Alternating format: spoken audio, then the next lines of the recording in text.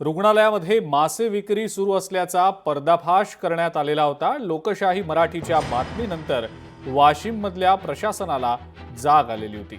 रिठद इथल्या नव्यानं बांधण्यात आलेल्या आयुष्मान प्राथमिक आरोग्य केंद्राची इमारत कंत्राटदारानं भाडेतत्वावर दिल्याचं सत्य लोकशाही मराठीनं समोर आणलेलं होतं। रुग्णालयात मासे विक्रीचा सगळा प्रकार सुरू होता आणि याचा पर्दाफाश लोकशाही मराठीनं केलेला होता। लोकशाहीच्या बातमीनंतर वाशिम जिल्हा परिषदेच्या आरोग्य विभागातील जिल्हा आरोग्य अधिकारी आणि कर्मचाऱ्यांनी रुग्णालयात तत्काळ जाऊन पाहणी केली आणि रुग्णालयातले सामान बाहेर काढण्याचे आदेशही दिले।